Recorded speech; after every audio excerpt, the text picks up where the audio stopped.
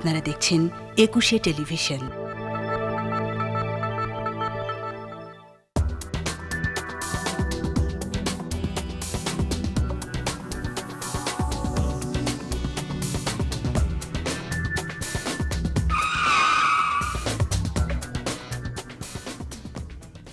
সম্মানিত দর্শক, সবাইকে স্বাগত জানাচ্ছি ডিটোলটা 21 রাতের আজকের আয়োজনটা হচ্ছে আয় ব্যয়ের হিসাব মিলানো। এটা নিয়ে আজকে আমরা কথা বলতে চাচ্ছি।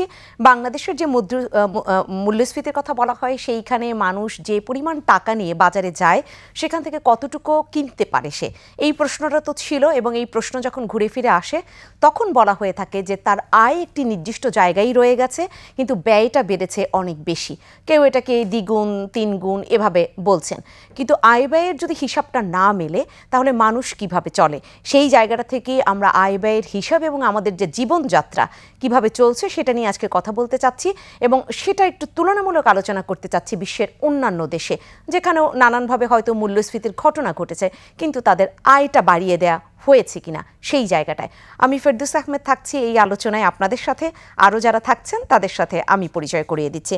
আমাদের নিটোলটা 21 রাতের স্টুডিওতে ডান থেকে শুরু করি রয়েছেন ডক্টর আব্দুর রাজ্জাক, অর্থনীতিবিদ। মাঝে রয়েছেন সাকিনা বেগম, আইনজীবী এবং একজন অভিভাবক। তিনি আসলে সব সময় যে সংসারের যে হিসেব নিকাশ তার হাত ধরেই যায়, যার কারণে তাকে আজকে আমরা এখানে অতিথি করেছি। সর্বডানে রয়েছেন মাসুদ কামাল, জ্যেষ্ঠ সাংবাদিক। আপনাদের তিনজনকে স্বাগত জানাচ্ছি আজকের এই আয়োজনে। নিঃসন্দেহে বিশ্লেষণ হবে, নানান ধরনের তথ্য আমরা এখানে উঠে আসবে, আপনারাই সংযোজন করবেন।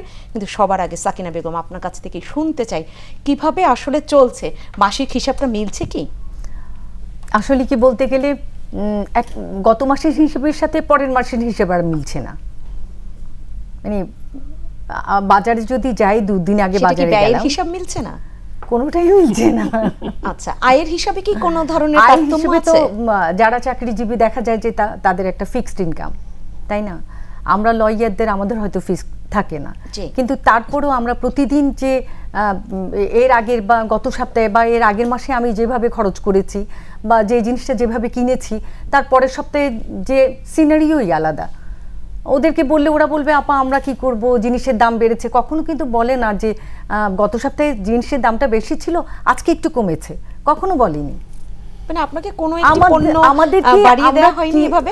আমরা হয় কি কেনার বিষয়টা নিয়ে আমরা অ্যাডজাস্ট করি, আমরা তো আর বাকি জিনিসের সাথে অ্যাডজাস্ট করতে পারবো না। না সাকিনা বেগম, এটা একটু জানতে চাই, এরকম কি ধরেন আপনি যে দোকানদারের কাছ থেকে সবসময়, আমরা যে মুদি দোকান, এরকম যদি হয় যে আপনি কোনো একটা পণ্য আপনাকে দোকানদার বাড়িয়ে দিয়ে বলছে যে আপা এইটার দাম একটু কমেছে, এটা নিবেন কিনা, এখন কিন্তু দাম কম আছে, এরকম ঘটনা কয়টা পণ্যের ক্ষেত্রে ঘটেছে? না না, এই ধরনের ঘটনা শুধু নতুন যে পণ্যগুলো আসে সেটা প্রমোট করার জন্য অনেক সময় বলে যে এই জিনিসটা ভালো, দামও অন্যগুলোর চেয়ে কম, এটা আপনি নিতে পারেন। তো আমরা নতুন বলে তখন আর রিস্ক বলে সেখানে একটা মানের একটা ব্যাপার, হ্যাঁ একবার কিনে ফেলবো, যদি ভালো না লাগে আমি তো আর রিটার্ন করতে পারবো না। তো ওই সেই ক্ষেত্রে কম বললেও আমরা নিচ্ছি না। আমরা কিন্তু বেসিক্যালি আসলে ওই খরচটা করার ব্যাপারে অ্যাডজাস্ট করি যে ঠিক আছে আজকে কিছু কম করলাম বা এই সাইডটা একটু অ্যাডজাস্ট করে নিই, এইভাবেই। আমরা বিভিন্ন জনের সাথে কথা বলে কিছু বলাটা খুব ডিফিকাল্ট। সেক্ষেত্রে আমি কিছু সুনির্দিষ্ট প্রশ্ন করে আপনার কাছ থেকে একটু জেনে নেই, হয়তো আপনার মানে এটা হবে, আমার প্রশ্নটা আপনাকে হয়তো সহায়তা করবে উত্তরটা দিতে। সেটা হচ্ছে যে অনেকে বলে থাকেন যে আগে সপ্তাহে একদম প্রতিদিন ডিম খেতাম, এখন সেখানে সপ্তাহে 7 দিনের মধ্যে আমি 2 দিন ডিম খাই, বাচ্চাকে খাওয়াচ্ছি। আপনার এরকম কোনো, আমি ডিমের কথা বলছি না, এরকম কোনো সমন্বয় করতে হয়েছে কিনা? না, আমার ক্ষেত্রে তেমন হয়নি সমন্বয় করতে, কিন্তু অনেকের ক্ষেত্রে তো হচ্ছে। আমার ক্ষেত্রে হয়নি বলে যে কারো ক্ষেত্রে হচ্ছে না তা না, অনেকে করছে, আমরা হয়তো জানিও না। জি, হয়তো আমাদের পাশেই আছে বা আমাদের আশেপাশে আমাদের পরিচিতদের মধ্যে অনেকে করছে, বলছে না কিভাবে অ্যাডজাস্ট। কিন্তু সেই তথ্য সাংবাদিকদের কাছে রয়েছে, সেই জন্য আমি মাসুদ কামাল আপনার কাছে এখন একটু আসতে চাই সেই আলোচনা নিয়ে। কি চিত্র আসলে দেখতে পান? দেখেন, চিত্র কিন্তু ভয়াবহ কেন যে আপনাকে রিক্সায় ওঠেন, বেশি দূর যাওয়ার দরকার নেই, একে রিক্সায় ওঠেন, রিক্সাওয়ালাকে জিজ্ঞাসা করেন যে তুমি এইখানে আগে যাইতে 40 টাকা দিয়ে এখন 60 টাকা চাচ্ছ কেন?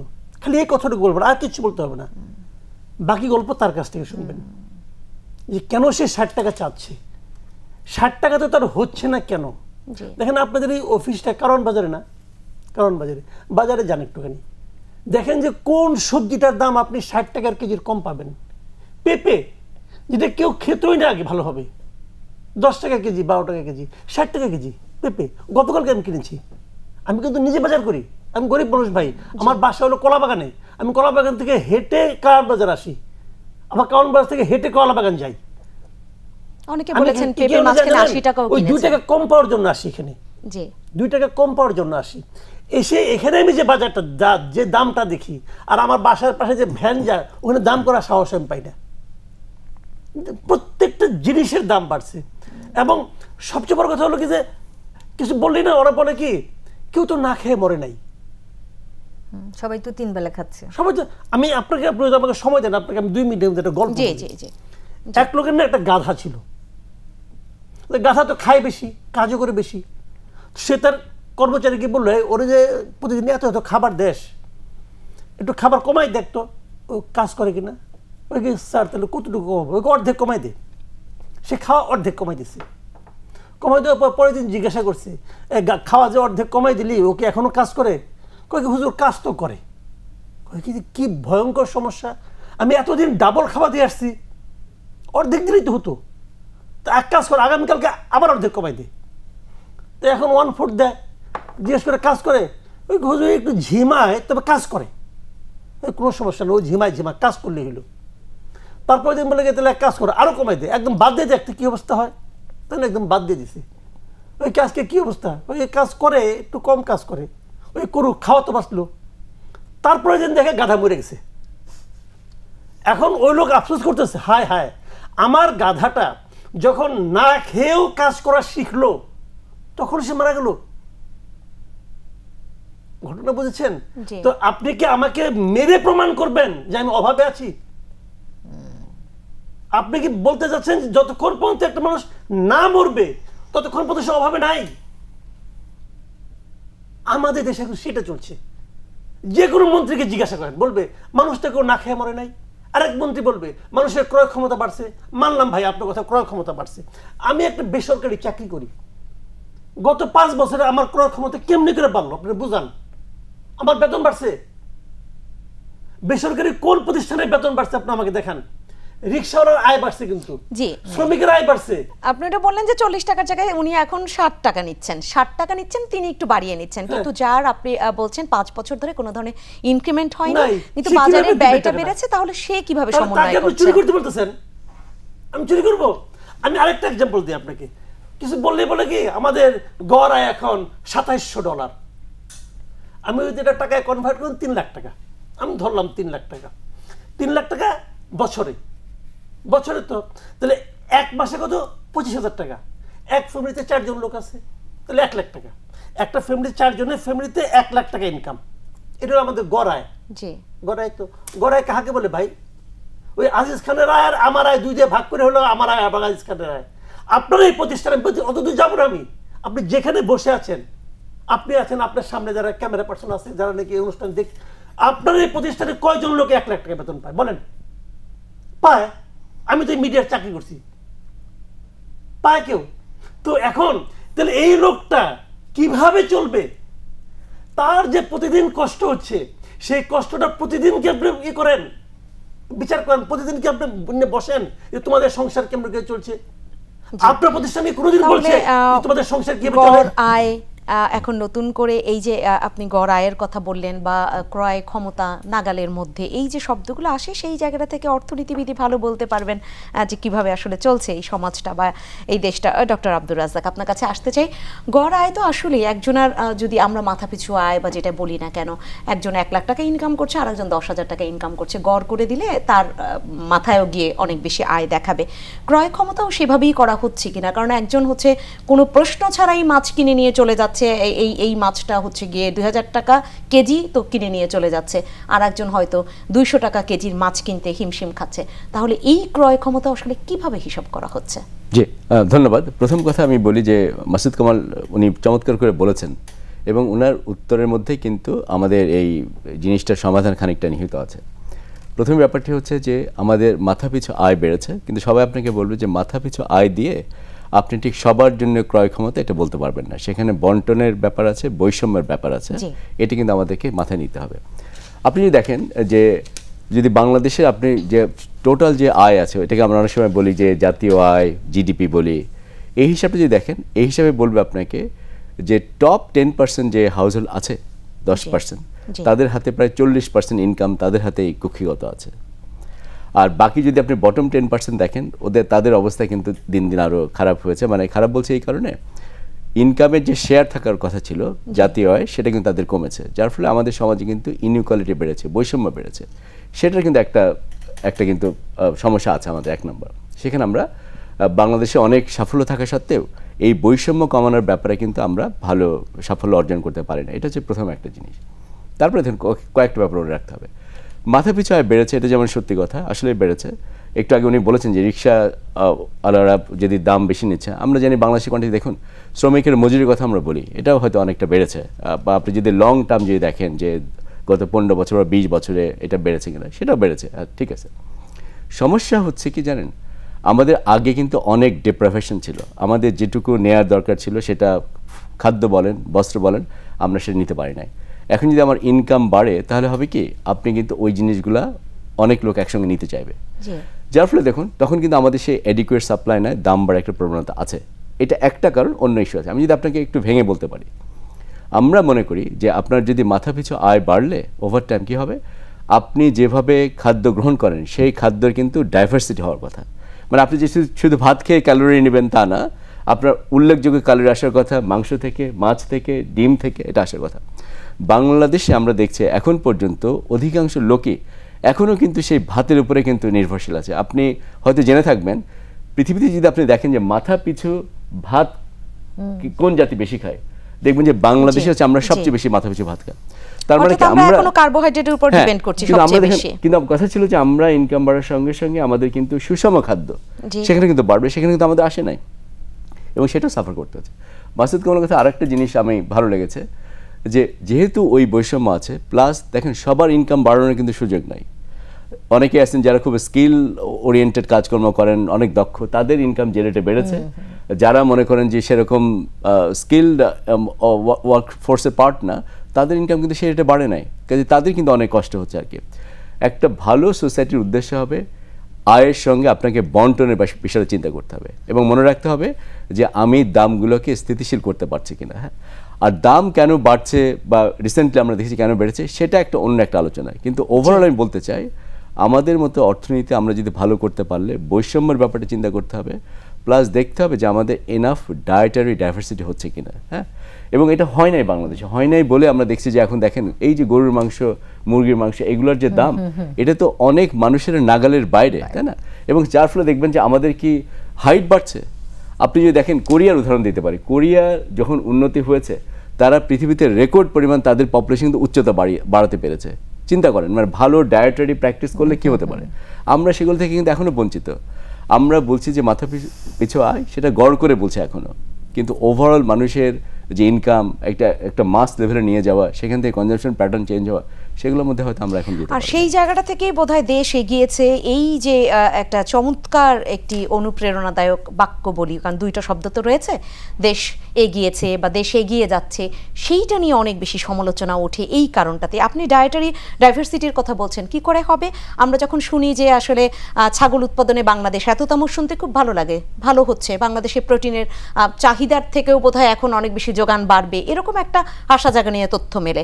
মাছ উৎপাদনে আমরা এততম, কিন্তু আমার যদি খাবারের তালিকায় সেইটা না থাকে, আমার যে ডায়েট চার্ট সেখানে আমি না পাই, আমি 200 টাকার কথা বলছি, যিনি 200 টাকার মাছ ক্রয় করতে পারেন না, আর ওদিকে 2000 টাকা কেজির মাছ বিনা কোনো ধরনের প্রশ্ন ছাড়া কিনে নিয়ে চলে যাচ্ছে, বা আরও বেশি তো কিনছিনি। তাহলে সেই জায়গায় আপনার যে বক্তব্য মাসুদ কামাল আগে বললেন, সেখান থেকে যে চিত্রগুলো উঠে আসে যে মধ্যবিত্ত নামে যে একটি শ্রেণী ছিল, সেটা আস্তে আস্তে বিলুপ্তির পথে যাচ্ছে কিনা। কারণ ওই শ্রেণীটাও যদি আস্তে আস্তে চলে যায়, যারা একেবারে একটা বেসরকারি চাকরি করছেন, তাদের চাকরির কোনো আয় বাড়ছে না 5 বছরেও, তারা আসলে কোন শ্রেণীতে গিয়ে পড়ছে? এই আলোচনা নিয়ে নিঃসন্দেহে ডক্টর আব্দুর রাজ্জাক আপনার কাছে ফিরবো। সাকিনা বেগমের কাছ থেকে আরও কিছু তথ্য জেনে নিই। সেটা হচ্ছে বাংলাদেশের কালচার নিয়ে একটি দোষারোপ রয়েছে, আর সেটা কতটা সম্মুখীন হচ্ছেন সেই কালচারের দ্বারা। যদি বলা হয় যে বাংলাদেশের মানুষ কম কিনে অভ্যস্ত না, বাঙালির মধ্যে পার্শ্ববর্তী দেশে বাংলাদেশের বাঙালিদের কথা বলা হয়, কলকাতার কথা আমি বলছি, পশ্চিমবঙ্গ, তারা অনেক কিছু কম কিনছেন। কিন্তু এখানেও একটা মিশ্র প্রতিক্রিয়া রয়েছে। বাংলাদেশের আমি দু একজনের সাথে কথা বলবার যে সৌভাগ্য হয়নি তা না, হয়তো তার থেকে বেশি সংখ্যক মানুষের সাথে কথা বলবার সৌভাগ্য হয়েছে, যে তারা বলছেন আমি তো চাচ্ছি 250 গ্রাম একটা জিনিস কিনতে, কিন্তু আধা কেজির নিচে চাইলে, মানে হাফ কিলো, তার নিচে চাইলে আমাকে অপমান করে দোকানদার। আমি কি করে কিনবো? আমি কি করে এই কালচারে অভ্যস্ত হব? আমার ব্যবসায়ীরা তো সেটা দিতে রাজি না। কি হচ্ছে, আপনি এই সম্মুখীন হয়েছেন কিনা কখনো? কারণ ওই দোকানদার, হ্যাঁ হয়নি যে তা না, যে আমার যতটুকু প্রয়োজন, কারণ ওই জিনিস তো কাঁচামাল তো আমি বেশি দিন রেখে দিতে পারি না, আর ফ্রিজে রেখেও কেমন জানি হয়ে যায়। তো 2 দিন পরও যদি করি, 250 গ্রাম কিনতে গেলে প্রথমে মুখের দিকে তাকায় যে আমি আসলে 250 গ্রাম বলেছি কিনা। অনেক জিনিস আছে আমার ইচ্ছে বেশি দরকার না, তারপরে দেখা যায় 250 গ্রাম বলে না আপনি আধা কেজি নিয়ে যান, আসলে 250 গ্রাম তো আমরা দিই না। এমন যে হয় না তা না, এগুলো আমরা ফেস করি, যে 250 গ্রাম শব্দটা শুনতে ওরাও অভ্যস্ত না। মানে আমরা এমন ভাবে চলে এসেছি। আপনি অতটা খারাপ অবস্থায় নেই, কিন্তু আপনার আশেপাশে এরকম দেখেছেন কিনা যে খুব ইলিশ মাছ খেতে ইচ্ছে হচ্ছে, 2 পিস ইলিশ মাছ পার্শ্ববর্তী দেশে বিক্রি হয়, আমাদের হয় কিনা? আমি ইলিশ মাছ কিনি না, খুব রেয়ার। যে আসলে তো এত দাম। আপনি যে খাসির মাংসের কথা বললেন না, ছাগলের উৎপাদনের কথা, আপনি কি দেখেছেন উৎপাদন বেড়েছে, দাম কি কমেছে? তো এই উৎপাদনে কি লাভ যদি আমরা সেটার বেনিফিটই নিতে না পারলাম? কি লাভ? প্রশ্নগুলো এখানে উঠে আসলো এবং আপনার কাছ থেকে সরাসরি উঠে আসলো। এখন কালচারের যে জায়গাটাই একটু জেনে নিতে চাই আপনাকে, সেটা হচ্ছে যে আপনি কম কিনতে অভ্যস্ত না, বাধ্য কতটা হচ্ছেন? যেমন আপনি হয়তো একটু কম কিনবেন, ব্যবসায়ীদের বা দোকানদারদের কাছ থেকে তো এক ধরনের বাধ্য হচ্ছেন, কম কিনতে পারছেন না। আবার আপনি আমাকে হয়তো ইনভাইট করবেন, আমি আপনার এই পরিমাণে সামর্থ্য নাই, কিন্তু আমি হয়তো, আপনি যদি আপনার খাবার টেবিলে 4-5টা আইটেম না দেন, আমি সেখানে অনেক বেশি মন খারাপ করব যে আমাকে বোধহয় গেস্ট হিসেবে সেই পরিমাণ সম্মান করা হলো না। এইটা কতটুকু মোকাবেলা করতে হয়েছে আপনাকে? এটা হয়েছে কি, আমাদের এটা কালচারের মধ্যে, আমাদের এটা ব্লাডের মধ্যে, আমাদের মানে বিহেভিয়ারের মধ্যে চলে আসছে, যে আমরা এটা ছোটবেলা থেকে দেখতে অভ্যস্ত, যে আয় ব্যয় কিরকম, তার চেয়ে বড় কথা একটা গেস্ট আসলে তাকে কতটা বেশি দেওয়া যাবে, এই যে একটা অভ্যাস গড়ে উঠেছে। আমি হয়তো খেতেও পারবো না, হ্যাঁ আমরা হয়তো খেতেও পারবো না, সব কি আর খাওয়া সম্ভব? আমিও তো কোথাও গেলে সব একসাথে খেতে পারি না, তাই না? কিছু কিছু যেটা ভালো লাগে সেটা খাই, সব তো আর খাওয়া সম্ভব না। কিন্তু যে হোস্ট, সে তো অনেক কিছু অ্যারেঞ্জ করে না। আমাদের এটা, আপনি যার, এটা আসলে মধ্যবিত্ত উচ্চবিত্ত বলে কথা না, নিম্নবিত্তর ঘরে গেলেও দেখবেন তার সামর্থ্যের চেয়ে বেশি সে চেষ্টা করে।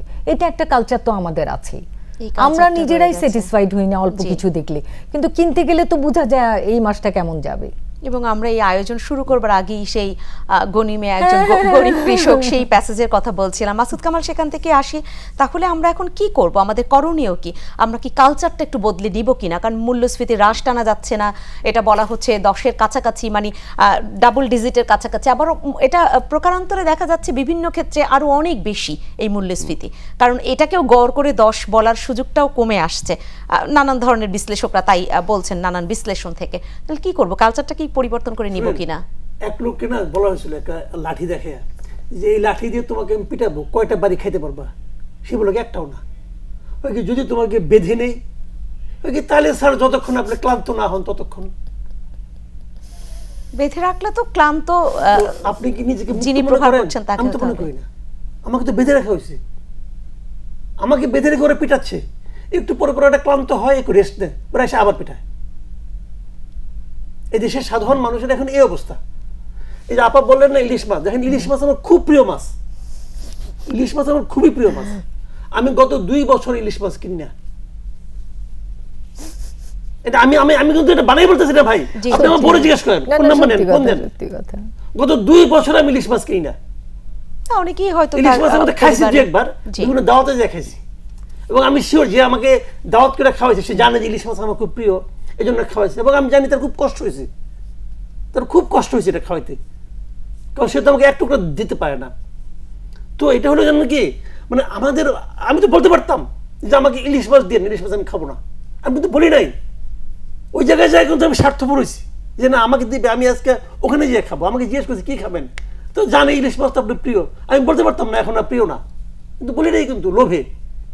তো আমরা না মানে খুব একটা বিকৃত মানসিকতার মধ্যে অবস্থান করি। আপনি কখনো রেস্টুরেন্টে যে খাইছেন কিনা আমি যাই না, আমি তো ফুটপাত খাই প্রচুর, এই ছোট ছোট রেস্টুরেন্টে যাই, আমি ইচ্ছা করেই যাই দেখার জন্য যে আসলে আমরা কোন সমাজে বাস করছি। যে লোকটা আমার খাবার পরিবেশন করে তাকে যদি জিজ্ঞাসা করি কি কি আছে, সে ওই রেস্টুরেন্টের সবচেয়ে যে দামিগুলো সেগুলোর নাম বলে আগে। আচ্ছা দামিগুলোর নাম তুমি কেন বলো বাবা, তোমার কি লাভ, তুমি তো বেতনই বাবা, তুমি কম দামিটা বেচলে বেতন পাবা, বেশি দামিটা বেচলে বেতন পাবা। তাহলে তোমার প্রিয় তো আমি হওয়ার কথা ছিল, আমার টাকা নাই, তুমি দেখেছো একটা গরিব অথবা একটা মধ্যবিত্ত, তুমি আমার কাছের লোক হবা, তুমি মালিকের কাছের লোক হয়ে গেছো কেন? পারফরম্যান্স বোনাস দিলে তো মালিকই দিবে, আপনি তো দিবেন, বলি ঘটনা আপনি কি দিবেন সেটা? এটা কি জানেন, মানে কোন এক ধরনের আরাম বোধ করে ওরা, মানে আপনি দেখবেন আপনি যে বলেন যা নাকি মাদক আসক্ত থাকে না, এই মাদক আসক্ত লোককে জিজ্ঞেস করেন, মনে করেন সে না খেয়ে আছে, তারপরে একটু গাঁজা টান টান দিছে, কেমন এখন খুব আরামে আছি।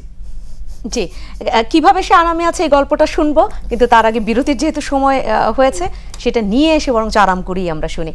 সম্মানিত দর্শক, নিটলটার 21 রাতে সময় হয়েছে একটা ছোট্ট বিরতির, এবং বিরতির পরে গল্প তো মাত্র উত্থাপিত হলো, নানান ধরনের জীবনের গল্প রয়েছে, সেগুলো নিয়ে ফিরবো, নিঃসন্দেহে এই আলোচনার সাথেই থাকবেন।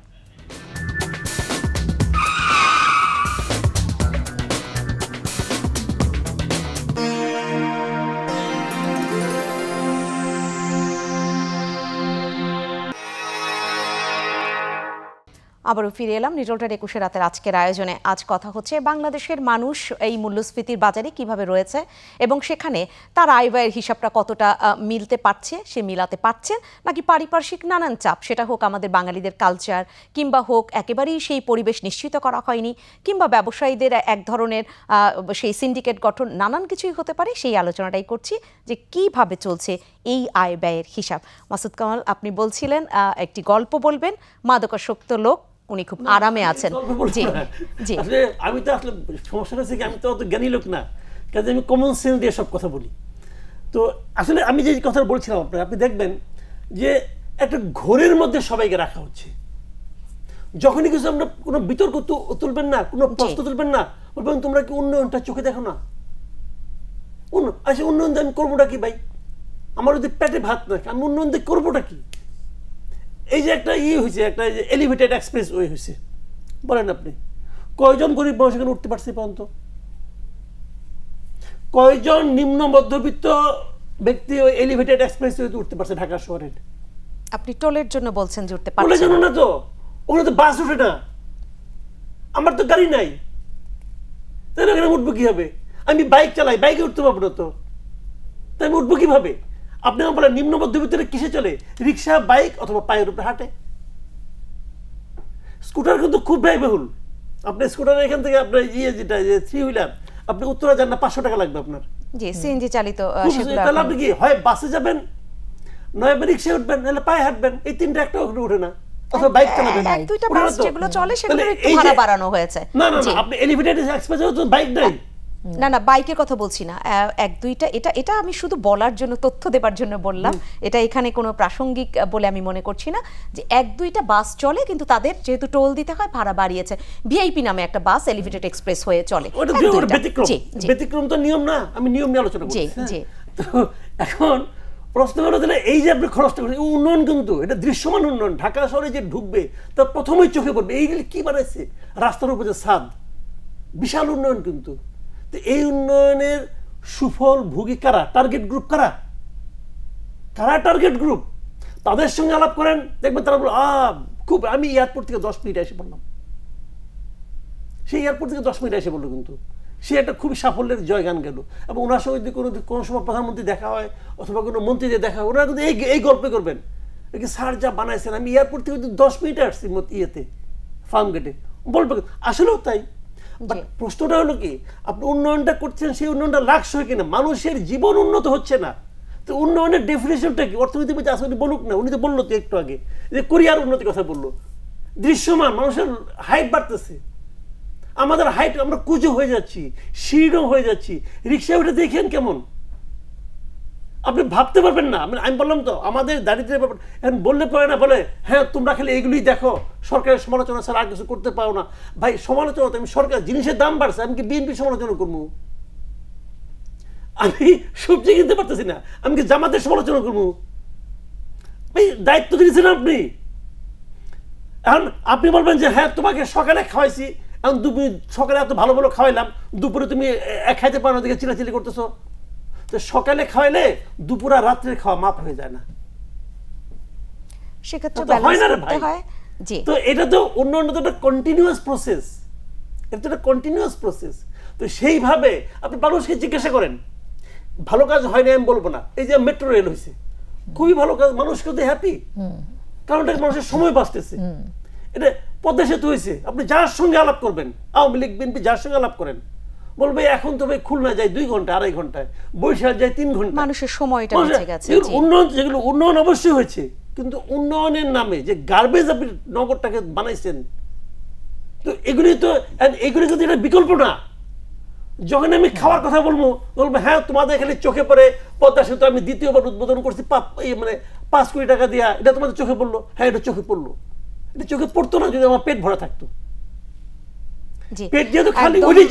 স্পষ্ট উচ্চারণে বেশ কিছু কথা বললেন। আমি ডক্টর আব্দুর রাজ্জাক আপনার কাছে আসি। সেক্ষেত্রে অর্থনীতিবিদরা কি ঘোরের মধ্যে রয়েছেন কিনা, কারণ তারা তো আসলে এই যে মানুষের জীবনযাত্রার যে চিত্রটা বা বাংলাদেশের অর্থনীতির হাওয়ার যে চিত্র, সেটা তো আপনাদের কাছে একদম স্পষ্টভাবে রয়েছে।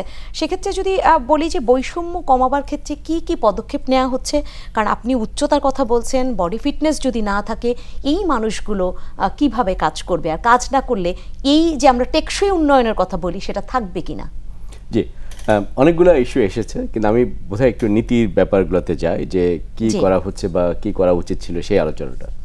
প্রথমে দেখুন, আমরা কিন্তু সবসময় বলেছি যে যেভাবে বৈষম্য বেড়েছে, এইটা আমাদের যে স্বাধীনতার যে উদ্দেশ্য ছিল, আমরা যে একটা ভালো ইকুইটেবল সোসাইটি বা সমাজ তৈরি করতে চেয়েছি, এটার সঙ্গে এটা সাংঘর্ষিক, এটা অনেক সময় বলা হয়েছে আর কি। হ্যাঁ, এবং এটা আমরা সবসময় বলি, কিন্তু সরকারি তথ্যপত্রের মধ্যে আছে যে বৈষম্যটা যেভাবে বেড়েছে, এটা কিন্তু খুবই, মানে আমি বলবো যে চিন্তার একটা বিষয়, সেটা হয়েছে।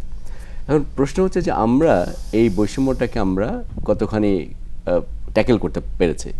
সেই ক্ষেত্রে যে নীতিগুলো ইস্যু ছিল, 1 নম্বর একটা বিষয় আপনি দেখুন যে ট্যাক্সেশনের যে ব্যাপারটা ছিল। আপনি জানেন আমরা সবসময় বলা হয় যে বাংলাদেশের ট্যাক্স জিডিপি রেশিও অনেক কম। হ্যাঁ, যে পরিমাণ ট্যাক্স হওয়ার কথা ছিল সেটা হয় না।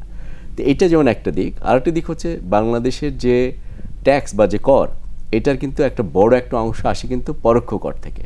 হ্যাঁ, যেমন ভিএটি এই টাইপের করগুলো থেকে আসে। যদি অনেক বেশি ট্যাক্স আমাদের ইনকাম ট্যাক্স থেকে আসতো, এবং যাদের ইনকাম আছে, এই যে প্রবৃদ্ধি হয়েছে, এটা তো আমরা সবাই বলছি প্রবৃদ্ধি, মনোযোগ ওখানে দিয়েছি, আমরা তো পরোক্ষ করের দিকেই বেশি মনোযোগ দিই। আমি সেটা বলতে চাচ্ছি, আমরা এটা দিতে পারি না। হ্যাঁ, ছোট্ট যদি আমরা হিসাব করি, দেখুন আমরা যদি আমাদের এই যে একটু আগে বলেছি 10 ভাগ লোকের হাতে 40 ভাগ ইনকাম কিন্তু তাদের হাতে আছে, তাদেরকে যদি আমরা মাত্র 15% যদি ট্যাক্স করতে পারতাম, তাহলে কিন্তু আপনার জিডিপি শতাংশ হারে অতিরিক্ত কিন্তু আরও 3 থেকে 4% কিন্তু কর কিন্তু আসতো। ওইটাকে আমরা ব্যবহার করতে পারতাম হচ্ছে মনে করেন যে আরেকটু সামাজিক বৈষম্য কমানোর জন্য, সেটা একটা ইস্যু আছে। দ্বিতীয় হচ্ছে অনেকগুলো নীতিরও কিন্তু আমাদের সমস্যা থেকে গিয়েছে। আমরা ওভার টাইম যে পলিসিটা নিয়েছি, এটা অনেকটা প্রোটেকশনিস্ট পলিসি মতো। আমরা সবসময় মনে করেছি যে আমাদের শুল্ক হার অত্যন্ত বেশি।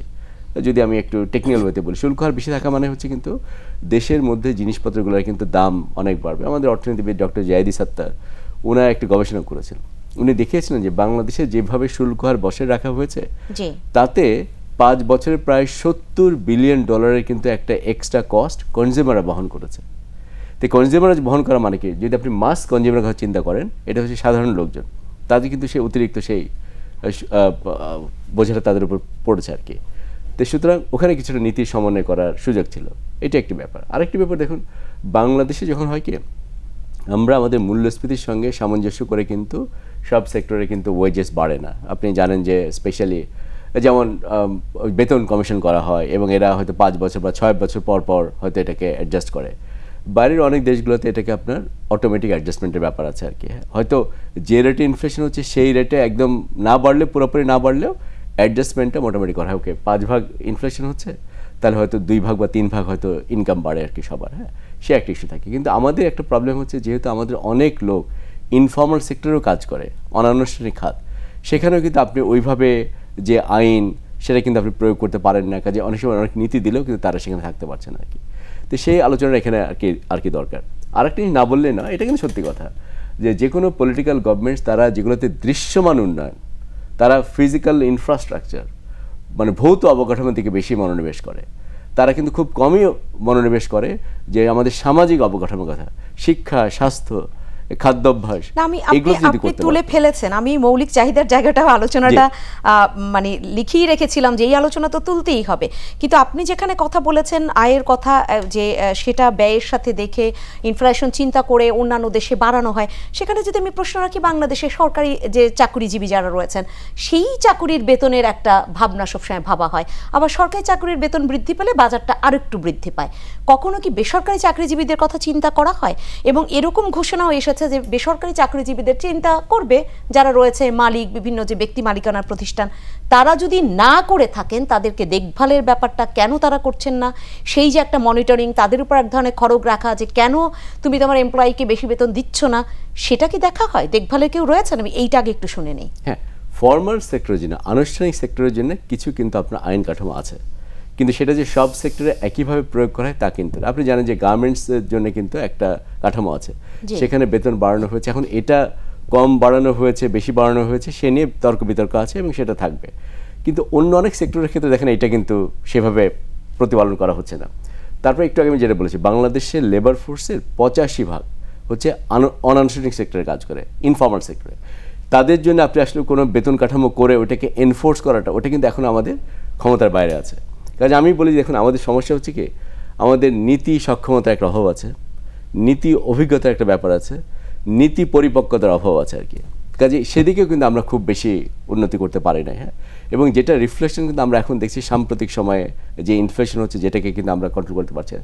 একটা ছোটো জিনিস বলে রাখি, দেখুন ইনফ্লেশনের যে ইস্যুটা হয় কি, মনে করেন প্রথমে 10% ইনফ্লেশন বাড়লো, আমরা তো 9-10% কথা বলছি, মনে করেন একটা বাস্কেট অফ গুডস কিনতে 100 টাকা লাগতো, 10% ইনফ্লেশন হওয়া মানে হচ্ছে 100 টাকাটা আপনি 110 টাকায় কিনবেন। পরের বছর যদি এটা 10% রেটে থাকে, ওটা কিন্তু হয়ে যাবে 121 টাকা। তারপরে মনে করেন আপনি ইনফ্লেশনটাকে কমিয়ে আনলেন, কমিয়ে যদি 5% নিয়ে আসেন, ওইটা তখন দাম হয়ে যাবে 127 টাকা। তখন আপনি দেখবেন 3 বছরের মধ্যে আপনার কিন্তু খরচটা 100 টাকা থেকে 127 টাকা হয়েছে। কিন্তু আমাদের কনজিউমাররা কিন্তু এটা এখন দেখতে পাচ্ছে আর কি, এবং যার ফলে কিন্তু কষ্টটা কিন্তু অনেক বেশি, কারণ 3 বছর আগে প্রাইস লেভেলটা অনেক নিচে ছিল, সেটা হঠাৎ করে অনেকখানি বেড়েছে আর কি, এবং সেটা আমরা কন্ট্রোল করতে পারছি না।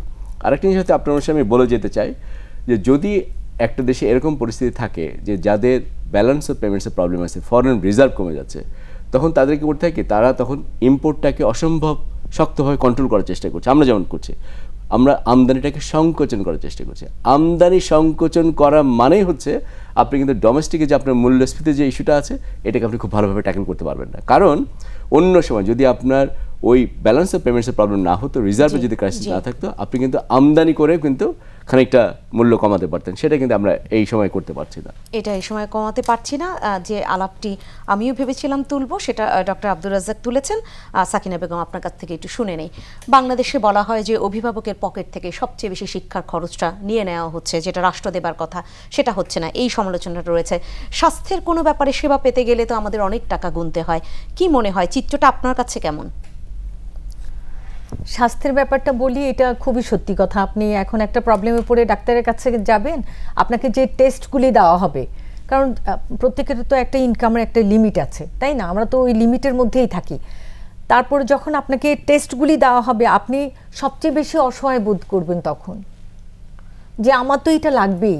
তখন মনে হবে আমার খাওয়ার চেয়ে ইম্পর্টেন্ট হলো, আল্লাহ না করুক আমার বাচ্চা অসুস্থ, আমি ওকে কিভাবে সুস্থ করব সেদিকে। অর্থাৎ স্বজন অসুস্থ হলে আমরা কোনো ধরনের কম্প্রোমাইজ করতে তো পারি না। অনেকেই আছে যে এরকম আছে, গ্রাম থেকে জমি বিক্রি করে এনে তারপর তারা ট্রিটমেন্ট করাচ্ছেন। বেঁচে থাকাটা তো প্রথম, তাই না? সুস্থ থাকাটা তো এটাই তো আগে। তারপরে চিন্তা যখন আসে যে ঠিক আছে, আমি এই মাসে এইভাবে খরচ বেড়ে গেল, আমি তাহলে বাকি মাস চলবো কি করে, তখন ধার দেনা করে।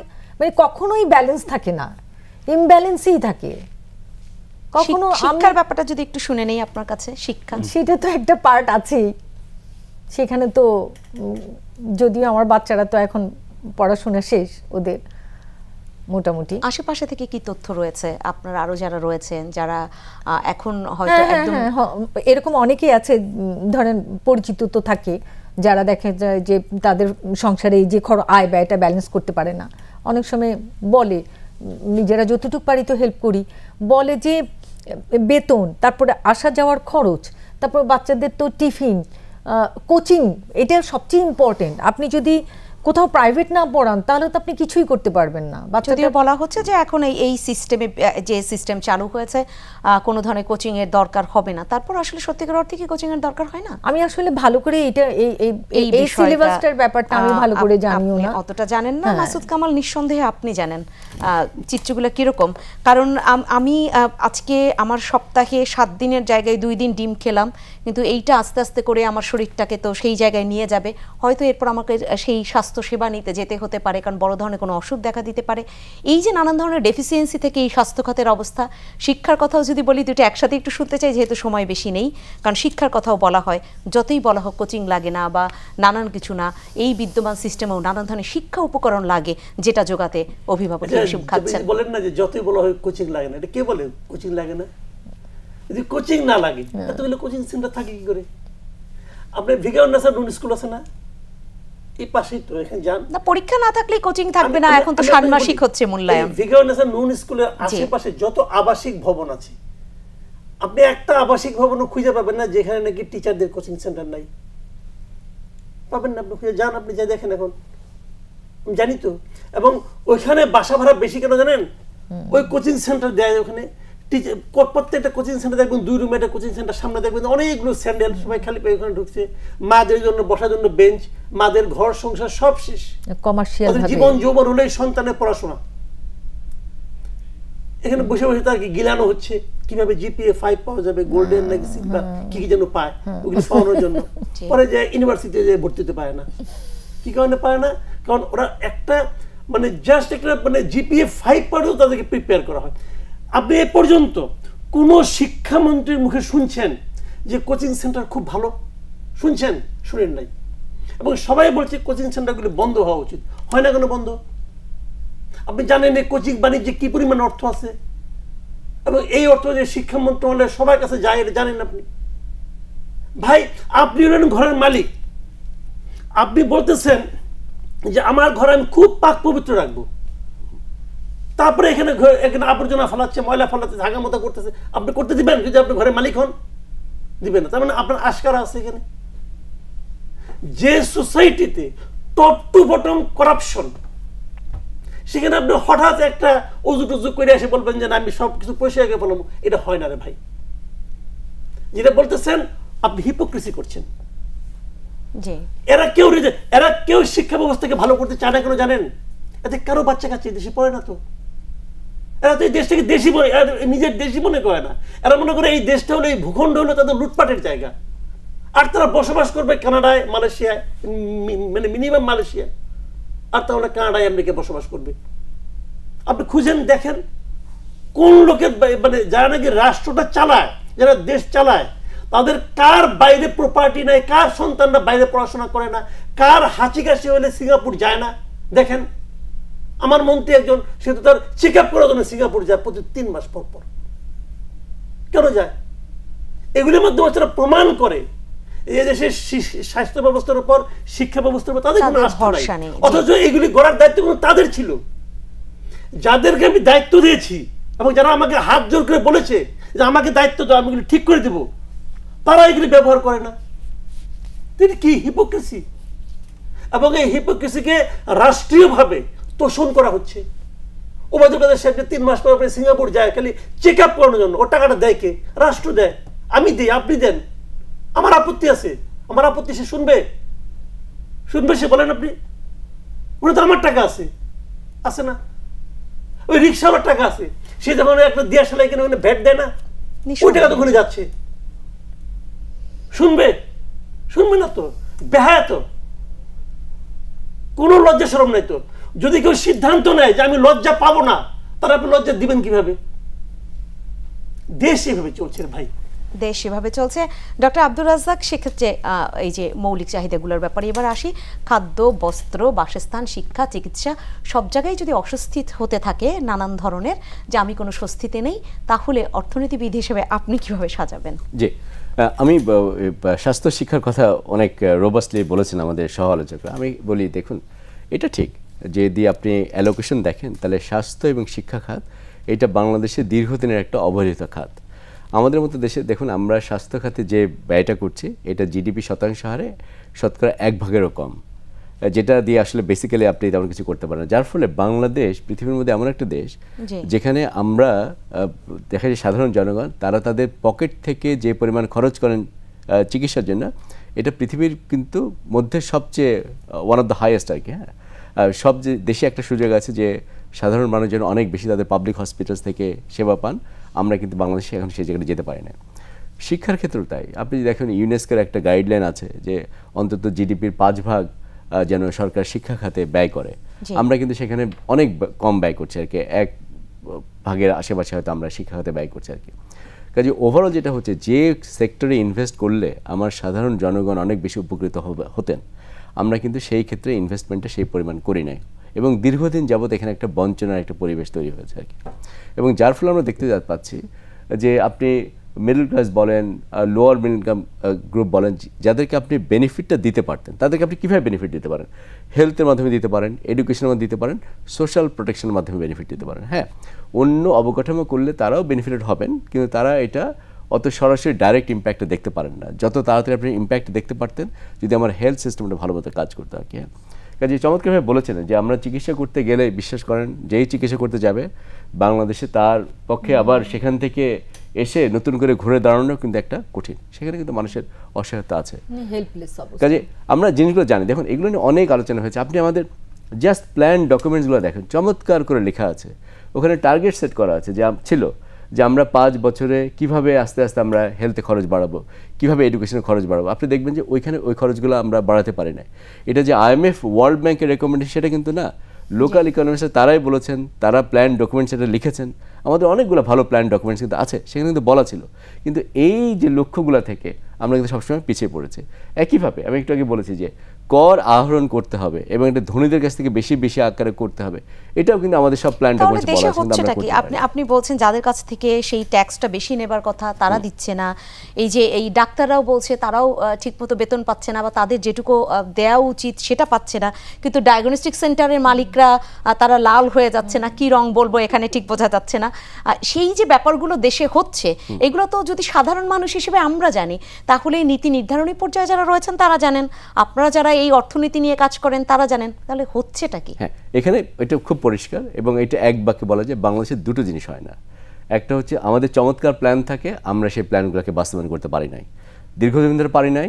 এখন বাস্তবায়ন করার যে একটা কঠোর ইচ্ছা থাকতে হবে সেটাও দেখা যায় অনেক সময়ের ভিতরে ল্যাকিং থাকে, এটা একটা বড় সমস্যা। আর দ্বিতীয় প্রবলেমটা হচ্ছে মোর ফান্ডামেন্টাল, এই রকম গভর্নেন্স যেটা আমাদের আছে, যে সুশাসনের যে আমাদের এখন যে ধারণা বা যেভাবে আমরা এটা করছি, এইরকম গভর্নেন্স দিয়ে কিন্তু আমরা এগুলো বাস্তবায়ন করতে পারবো না। কাজে সেখানে আমরা আষ্টে পৃষ্ঠে এখন একটা লো ইকুইলিব্রিয়াম ট্র্যাপের মধ্যে চলে গেছি। সুশাসনের কথা বলছেন, সুশাসনের কথা, এই যে দ্রব্যমূল্য নিয়ন্ত্রণ, নানান কিছু তো আসলে ইশতেহারেও ছিল।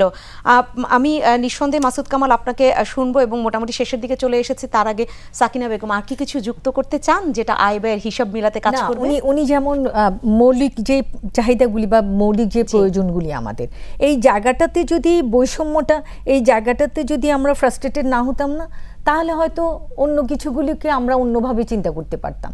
এই বেসিক এই জায়গাগুলি কিন্তু আমাদের, মানে আমরা মিডল ক্লাস বলেন বা তার চেয়ে যারা কম আয়ের মানুষজন আছে, তারা কিন্তু কি উন্নতি হচ্ছে না হচ্ছে এটাতে তাদের একদম স্পষ্ট। সেইটাই মাসুদ কামাল তখন বলেছিলেন যে এই আমার পেটে যদি খাবার থাকতো তাহলে সবকিছুই আমি অনেক বেশি রঙিন দেখতে পেতাম বা বলতে পারতাম যে হ্যাঁ ভালো হয়েছে। মাসুদ কামাল, আপনাকে শুনি আজকে শেষ করব। আমি একটু ছোট করে বলি, যে আপা বললেন না যে এই দাম বাড়াতে উনি ফ্রাস্ট্রেটেড হয়েছেন। আমার কথা হলো কি, আমাকে ফ্রাস্ট্রেটেড হতে হয় কেন? আমাকে তো প্রতিবাদী হওয়ার কথা ছিল, আমার তো বিরক্ত হওয়ার কথা ছিল। আমি বিরক্ত হচ্ছি না, বিরক্ত হতে আমি ভয় পাচ্ছি, আমি হতাশ হচ্ছি। কেন? কারণ আমি জানি আমি উপায়হীন অবস্থায় আছি। ওই যে হাত পা বেঁধে রেখেছে, উপায়হীন। এইগুলির সমস্যাটার মূল কারণ হলো জবাবদিহিতা না থাকা। এগুলো মূল কথা, যে জবাবদিহিতা নাই কারো। সবচেয়ে বড় জবাবদিহিতার কোথায় দেখেন, রাষ্ট্র যারা চালায়, সরকার, প্রধানমন্ত্রী ধরেন আপনার, অথবা মন্ত্রী ধরেন, এরা যদি ভাবতো যে আমি যে কথাটা বলছি এই কথার জন্য আমাকে কারো না কারোর কাছে প্রশ্নের সম্মুখীন হতে হবে, যদি তারা জানতো এই জিনিসটা, তাহলে তারা কিন্তু তাদের মধ্যে একজন ভয় কাজ করতো। যে জিনিসটা নাকি আমাদের কোনো কোনো মন্ত্রী দেখবেন কথাই বলতে চায় না, কেন? সেভাবে কথা বলবো যদি প্রাইম মিনিস্টার ধমক দেয়, একটা ভয় কিন্তু আছে। কিন্তু ওনার কার কাছে ভয় কেউ জানে না, কিন্তু যে কারণে উনি কথা বলতেছেন। এখন সবকিছু কিন্তু ওনার হাতে থাকতেছে। একটা মানুষ তো, ফেরেশতা তো না, মানুষ তো, মানুষের মধ্যে কিছু মানবিক সীমাবদ্ধতা থাকবে তো, থাকবে না? তাহলে একজনের উপর যখন আপনি সবকিছু নিয়ে আপনি নির্ভর করতেছেন, উনি এক জায়গায় যায় কিন্তু আর পারছেন না। সত্য কথা এটা, এটা বলতে অনেকে বলছে হ্যাঁ আমাকে বললো পারছেন না, পারছেন না ভাই, ইজ রিয়েলিটি। মানুষ কষ্টে আছে, প্রত্যেকটা মানুষের কষ্টের জন্য আপনাকেই জবাব দিতে হবে। জি, আপনি যদি ধর্ম মানেন, পরকালে যে জবাব দিতে হবে, আর যদি গণতন্ত্র মানেন, জনগণের কাছে জবাব দিতে হবে। গণতন্ত্র তো নাই, যেখানে জবাব দিতে নাই সেখানে গণতন্ত্র নাই। তাহলে জবাব দিয়ে সেটা নিশ্চিত করা গেলেই হয়তো অনেক কিছু নিশ্চিত করা যেত। বৈষম্য দূরীকরণ থেকে শুরু করে যে সমন্বয়ের কথা বলা হচ্ছে, আজকের যে টপিক আয় ব্যয়ের যে সমন্বয় বা কিভাবে হচ্ছে জীবনযাত্রার মানটা, সেটাও হয়তো বের করা সম্ভব হতো। আজকে আলোচনা এখানেই শেষ করতে হচ্ছে। অসংখ্য ধন্যবাদ জানাচ্ছি মাসুদ কামাল আপনাকে, সাকিনা এবং আপনাকে অসংখ্য ধন্যবাদ, এবং ডক্টর আব্দুর রাজ্জাক আপনাকে অসংখ্য ধন্যবাদ। সম্মানিত দর্শক, আপনাদেরকে অসংখ্য ধন্যবাদ জানাচ্ছি এই আলোচনায় থাকবার জন্য। এই আলোচনা তো আসলে সবার প্রাণেরই আলোচনা, কারণ মানুষ তো মৌলিক চাহিদা ছাড়া থাকতে পারবে না, এবং সেখানে প্রত্যেকেই চায় তার যে আয় সেটার সাথে ব্যয়ের সমন্বয়টা যদি হয়, তাহলে সে দিন শেষে একটা স্বস্তির নিঃশ্বাস ফেলতে পারে। না হলে সেখান থেকে তাকে আসলে অনেক নাভিশ্বাস তুলতে হয়, এবং সেই জায়গায় রাষ্ট্রযন্ত্রগুলোই কাজ করতে হবে, রাষ্ট্রের প্রতিষ্ঠানগুলো কাজ করতে হবে।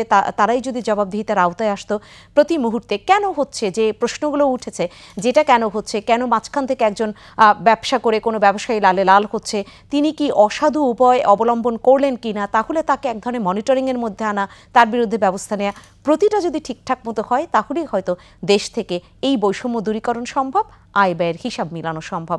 না হলে হয়তো দিন শেষে নাভিশ্বাসটা থেকেই যাবে। প্রত্যাশা রাখতে চাই নাভিশ্বাস দূরীভূত হোক, দিন শেষে যেন স্বস্তির একটা নিঃশ্বাস আমরা ফেলতে পারি, সেখান থেকেই হয়তো এগিয়ে যাবে দেশ। সবাই ভালো থাকবেন, শুভরাত্রি।